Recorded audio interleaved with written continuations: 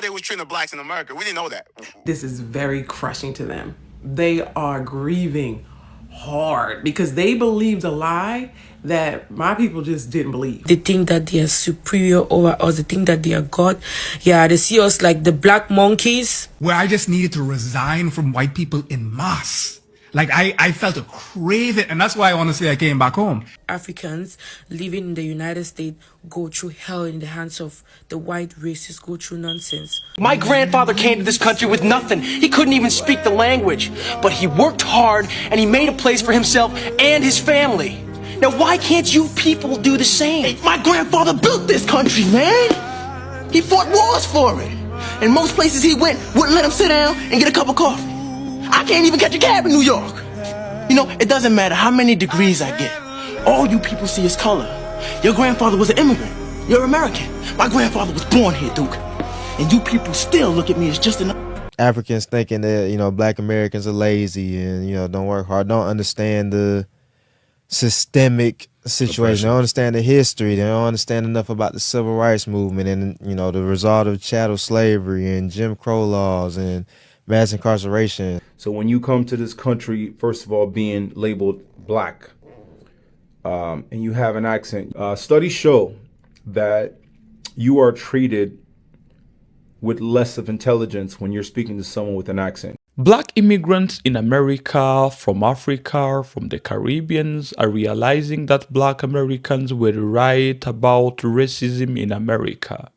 Many of these black folks are resigning from white supremacy after many years of praising it. They are realizing that black Americans were right about everything that they told them. They have refused to listen to black Americans, but after spending 8 or 10 years in America, they are noticing every detail that black Americans told them. Now, they are coming out here saying that y'all black Americans were right. I have put together a bunch of clips that are gonna help us to discuss about this topic, and I really want us to educate each other about this topic, and that's why I'm asking y'all to drop your opinions down there in the comment section so that we can learn from each other. This video is for educational purpose. If you find this one interesting, click on the like button. Let's get into it. It is different when you get to the States. And when you get to the States, there is a black American dream, black immigrant dream, that if you could get to the States, you could make it, because there's this idea that the American dream is there. We haven't gotten the updates yet. The black Americans on the ground probably have. They know as much that, oh no, that dream that you're talking about, that's literally a figment. But the black Caribbean person or the black African will come into that space and be around black Americans, and they will look at them as though, why haven't you taken advantage of this?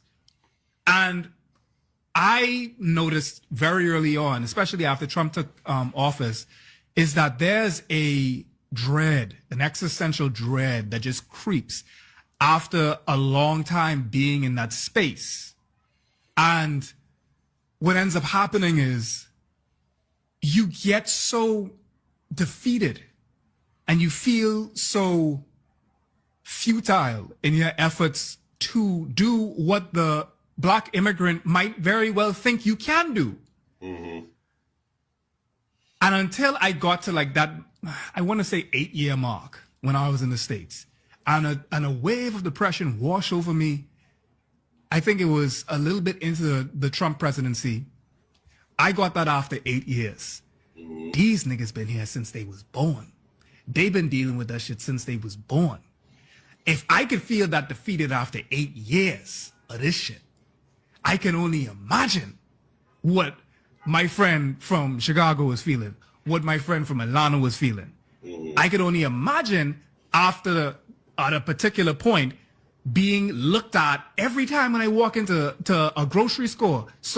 You got a white old lady looking at you like you's a damn monster. And even if they look at you fondly, you still being fetishized. Mm-hmm. Even if they look at you like they think that they're doing you a yeah. So Haitians would go to America, and when she got to the room, the doctor wouldn't give her pain medication, saying these people are exaggerating, and didn't realize like she was black also and saying these people, but also Haitians, when they came to America, they didn't realize racism was not a thing because everybody was just human beings. Right. It's when they got here, they realized, oh, and also another thing about Haitians, they thought like, oh, they talking about African Americans. Well, I'm Haitian.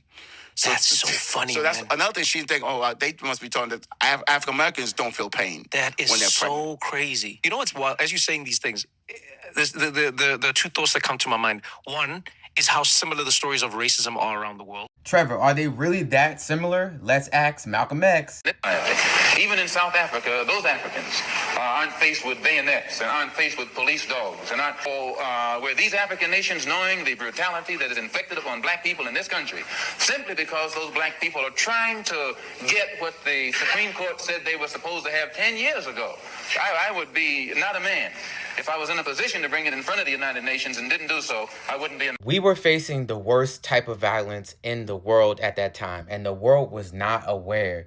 That's why Malcolm X wanted to bring up this human rights issue to the United Nations so we can get support to stop the killings. For Trevor Noah to say it's crazy how similar racism is around the world, right after that man just said that his mother didn't know that she was going to be on the receiving end of racism because she was Haitian and not African American, it's just, what is going on? So it's a lot of miseducation on both sides. They got people thinking the worst of each other. And even with that, there's the idea, like I've heard Africans say, Black Americans are lazy. You know, I came to this country with X, Y, Z, and look at what I've accomplished. And I'm like, you came to this country with nothing true, but you came to this country with a different mindset. Yeah. You came to this country with the mindset of equality and confidence and superiority that has been instilled in you because you grew up in a nation where everybody looks like you.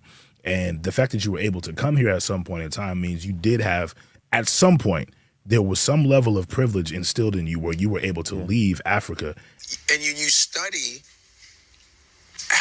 American history, and you really study how African Americans have suffered, you go, aha. You know how many African Americans are hardworking? Yep. All about education? Yep. So what are you going to say? W.E.B. Du Bois, who was the first to get a PhD at Harvard, he wasn't working hard? Right. I'm talking about in the early 1900s when they didn't let us have shit. Right. How did he get a PhD at that time?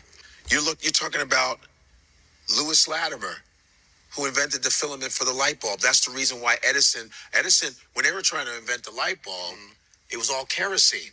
So it was exploding. I read the whole book. I read Edison's biography. It was all exploding everywhere.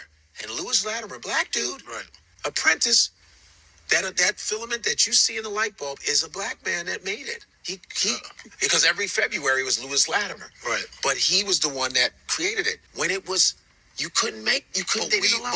We appreciate that. We appreciate it, but African Americans have always been hardworking. But no, African Americans have been hardworking, but I don't know. But opportunity. What about the appreciation of the hard work for the immigrants who came to this country and worked hard? But here's the thing is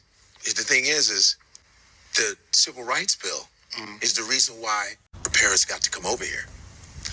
1964, Lyndon Baines Johnson, who was one of the most racist son of bitches on the planet, had to sign that civil rights. But you know, Martin Luther King is sitting right next to him. Right. Yeah. So that is the reason why Koreans can come here. Koreans, Indians, Arabs, Nigerians. It's because of the Civil Rights Bill. Right. It's because of African Americans, foundational black, coming in here, busting their ass, being treated like shit, right, being hung, lynched, Jim Crow. Right. From slavery was Jim Crow, segregation, Reconstruction, being promised that they were going to get this, fighting every war. Black people fought in every single war and still being disrespected, not being able to buy homes. Right. You understand? Burning up of black towns. And people go, well, why ain't they? They saw opportunities. There were black Wall Streets. There were black banks, black hospitals, and they came. The veil is being lifted off of the promise of America. And I think that Black Americans are more progressive. We progressed past the American dream lie. We're past that. I mean, we got some people who are stuck in their respectability politics era. But a lot of those people are first generations. They're not even Black Americans. Because I'm telling you right now, Black Americans are past respectability politics. We're past that because we already tried it.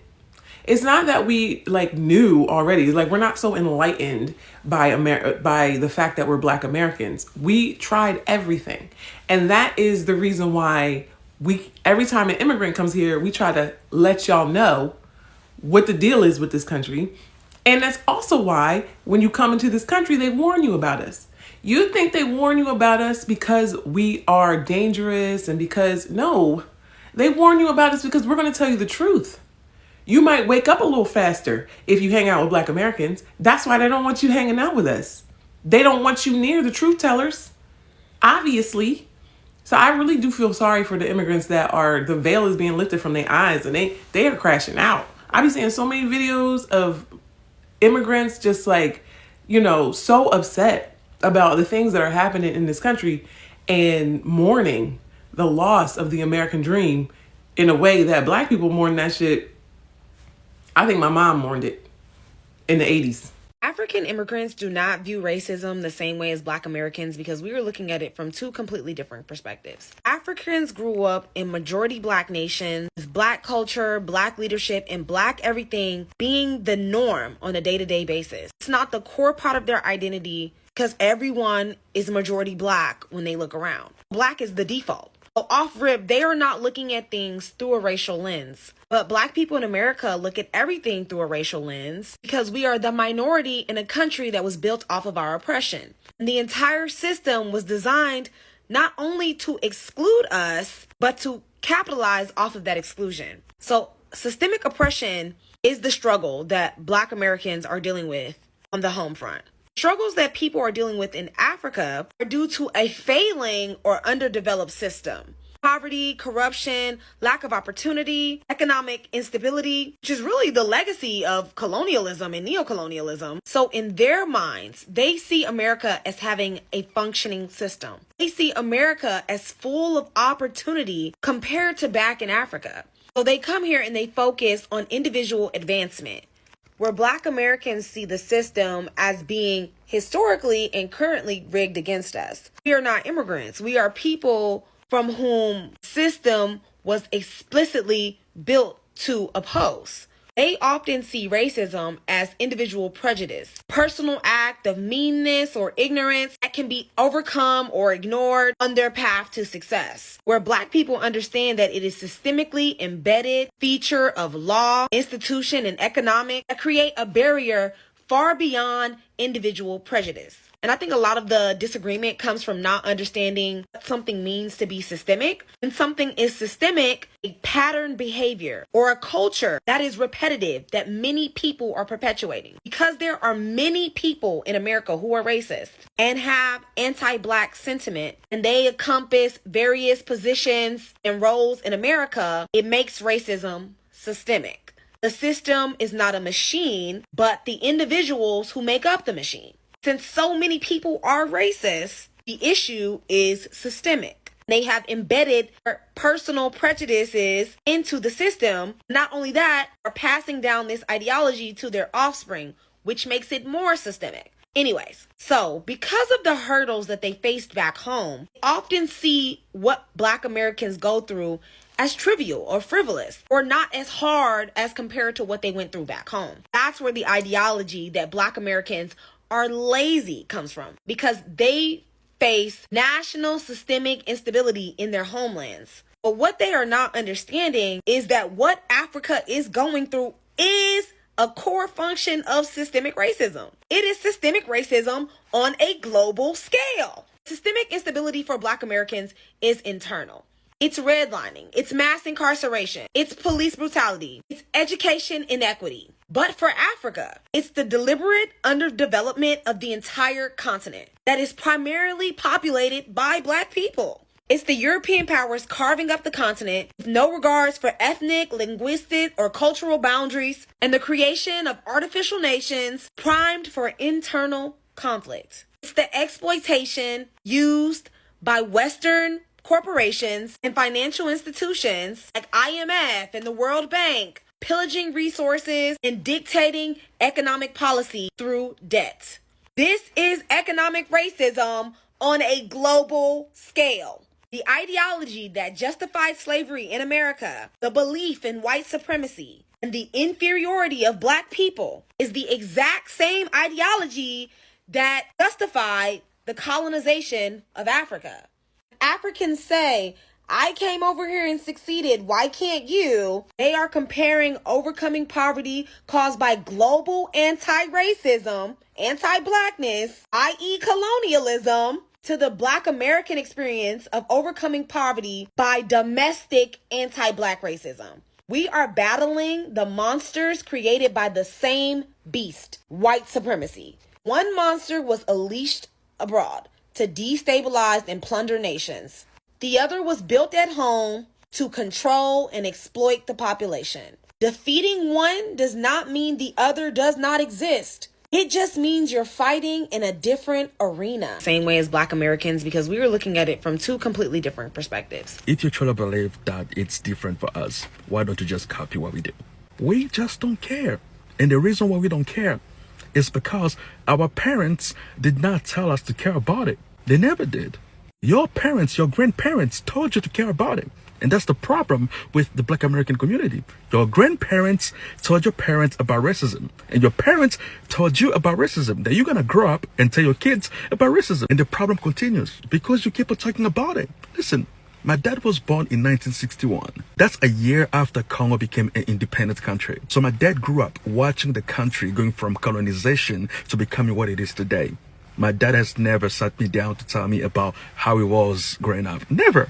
Never! And that will never be my dad's story. My dad's story is the story of a 17-year-old who came from a Congolese village, made it to the capital, and now owns multiple properties. That is my dad's story. My dad's story will never be the story of a young man who grew up in a country where white folks used to mistreat his father. My dad's story will never be the story of a young man who came from a woman who was probably the result of a rape, because my grandma is light-skinned as hell and we don't even know who our parents are. We don't have that information. So we can only assume that she was probably the result of a rape during colonization. We just leave it at that. And we decide to not make that our story. You see that? Decision. You can decide what you can be. So why don't you just copy us? Just copy us and do what we do. You can see racism. You can acknowledge that racism exists. And you can also just choose to not let it bother you. Just don't let it bother you. You see it, walk past it, carry on. One of the worst things about being black in America has got to be experiencing racism from other minorities, bro. That shit is so disheartening. Like, damn, bro, you too. And one of the reasons why we be feeling so jaded about this is because black people are always down with other people's causes. Like, to be black in America means that it's ingrained in your nature to stand up against injustice. And that shit just don't be feeling reciprocated, bro. Like, black people are always accepting of other people into our cultures. We might make our jokes or whatever, hee hee ha ha, but if you contribute to our culture, we will welcome you into our spaces. And it just be sad to, like, it'd be like, damn, bro, you too. You know what's really disturbing? There are some people who hate to see black people living a good life. Like watching us have a good education, a stable income, a nice place to live, access to resources and opportunities, it makes their skin crawl. And instead of fixing the bigotry within themselves, they go out their way to disturb our lives instead. They will patronize, they will bully, they will sabotage, and they will try to make you feel like you don't belong in the same spaces you worked hard to be in. It's absolutely insane. Like, these types of people, I kid you not, they wish we could go back to the old times when black people weren't allowed to read and shit. Like, I'm telling you, like, it's absolutely insane. And the craziest part about this, these people are everywhere. They're teachers, they're leaders, they're in the workplace, they're in law enforcement, they're everywhere. That's the crazy part about it, for real, for real. I mean, shit, they're even in the hospitals. Like, it's absolutely insane. These types of people, literally have other people's lives in their hands. I'm telling you, it's a crazy world we live in for real. Like, I took a course, and in that class, the professor made like I did not exist. In that class, just 2 Africans were there. Yeah. So when she comes to class, she like concentrates only on the white students, asks them if they are okay. Like, she doesn't even like give the attention to us. She doesn't even look at her own direction, because I don't know why she did that, but I had to walk up to her like and ask her, Professor, I registered for this class, and why will you be treating me like I'm a stranger? Like, I'm actually in the class. I'm there because I registered for it and I need to learn.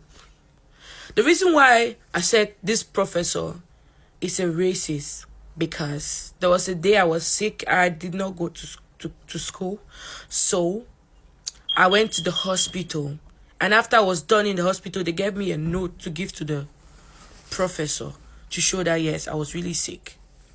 So the next time of the class, yeah, I went to class and I walked up to her before the class wanted to begin, and I was like, Professor, sorry I didn't come the last time, and I was supposed to email you and I did not because I was really sick and down, but I went to the hospital and I'm feeling better now, and this is the note from the hospital. So I should give it to the professor.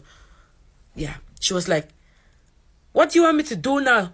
Do you want me to go back and start teaching you what I taught the other people? I was like, no, Professor, I just came to tell you that I wasn't feeling fine. She said, I can't do anything. Sorry about that. Blah, blah, blah. Started talking stuff. And at the same time, a white student walked up to her, and she wasn't in class the last time, like the last class. I was like, hi, Professor, sorry I wasn't in class. Sorry, I wasn't feeling too well. She was like, so calm to her. She was like, it's okay. I'll find somebody to teach you. I'll find somebody to explain what happened in the class. I'm like, what? Professor, this is me standing here. And she was like, she doesn't care. I was like, okay. Like, I was so shocked. Like, this happened right in front of me. I wouldn't just come to the camera and start lying about a professor being a racist to me. I'm saying something. I'm giving what happened right in front of me. This professor ignored me, and she gave all the attention to that girl, telling her, I'm gonna look for somebody to help you explain what happened in the last class. Meanwhile, I was the person who woke up to her first, showing her the note from the hospital saying I wasn't feeling fine. I wasn't able to email her because I was so weak and ill. And she was like, what do I want her to do? She can't go back teaching me stuff. She doesn't care. I should find her myself. I was like, what? The only reason why I walked up to her and I was giving her that note is because as a student, every day you being present in class for like they take attendance, and you being there gives add additional points to your points. So I walked up to her to give her that note from the hospital because I deserve the points. Actually, the hospital gave the note because they know as a student, or if you're working, it's going to implicate you at your job if you're not there. So they give it for you to go present. So you get what you deserve. So I needed the points that I deserved.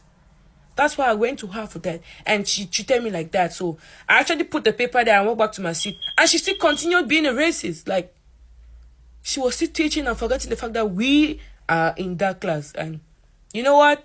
I don't give a damn. Like, we Africans, like, the funny thing is that everything that she teaches in that class, I understand them. Yeah. So when she's being her racist type and blah, blah, blah, I don't care because I actually understand far more better. You get? So that's it. I never said all the professors in my college are racist. No. No. We actually go to places. I've gone to other places.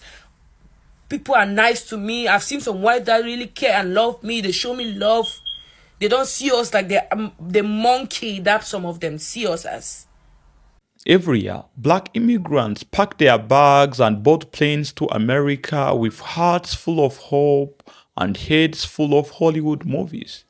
They have watched the movies, seen the music videos, scrolled the Instagram pages. In their minds, America is the land where hustle meets reward, where if you work hard enough, the doors just swing open. They picture themselves as the next Elon Musk, the next big name, the next success story their whole village back home will talk about for generations. They are going to make it. They are sure of it. And right alongside their excitement, a quiet judgment.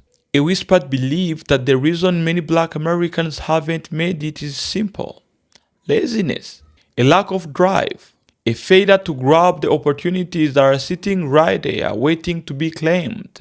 These new arrivals land on American soil with ambition on one hand and honestly, a little arrogance in the other.